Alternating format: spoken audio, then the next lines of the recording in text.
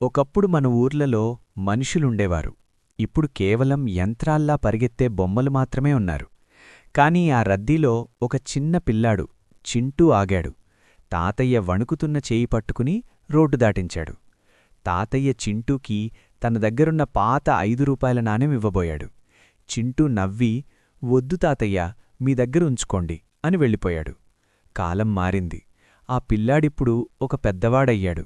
ఉద్యోగం కోసం ఎండలో తిరుగుతూ అలసిపోయి ఒక చెట్టు కింద కూర్చున్నాడు. జేబులో ఒక్క రూపాయి కూడా లేదు. ఆకలితో కళ్ళు తిరుగుతున్నాయి. అప్పుడొక కారు ఆయన ముందాగింది. ఒక పెద్దాయన దిగి ఒక వాటర్ బాటిల్, భోజనం పొట్లం ఇచ్చాడు. చింటూ ఆశ్చర్యపోయి చూశాడు. "నన్ను గుర్తుపట్టావా బాబూ? ఆనాడు నువ్వు నా చెయ్యి పట్టుకుని రోడ్డు దాటించావు. నీ ఆశీర్వాదమో ఏమో, ఆ రోజే మా అబ్బాయి అమెరికా నుంచి తిరిగొచ్చాడు.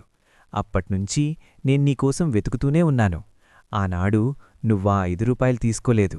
కాని ఈరోజు నా కంపెనీలో నీకొక మంచి ఉద్యోగం ఇవ్వాలనుకుంటున్నాను." మనమెప్పుడూ అనుకుంటాం, సాయం చేస్తే ఏమొస్తుంది అని. కాని మనం చేసే చిన్న మేలు మళ్ళీ మన దగ్గరికే ఏదో ఒక రూపంలో తిరిగొస్తుంది.